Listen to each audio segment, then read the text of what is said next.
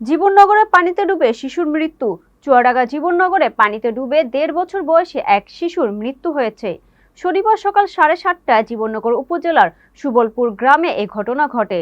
চুয়াডাঙ্গা প্রতিনিধি মুনাইম হোসেন আইটিভি বাংলাকে জানিয়েছেন, নিহত শিশু আব্দুর রহমান রতন সুবলপুর গ্রামের দিনমজুর মিন্টুর ছেলে।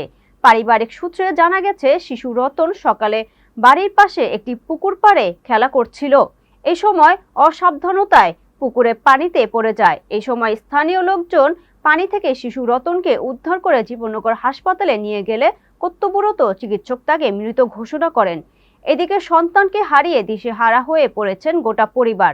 এই বিষয়ে জীবননগর থানার অফিসার ইনচার্জ মামুন হোসেন বিশ্বাস জানান, বিষয়টি আমরা শুনেছি, ঘটনাস্থলে পুলিশ পাঠানো হয়েছে। এছাড়াও তদন্তপূর্বক পরবর্তীতে আমরা আইনগত ব্যবস্থা গ্রহণ করব।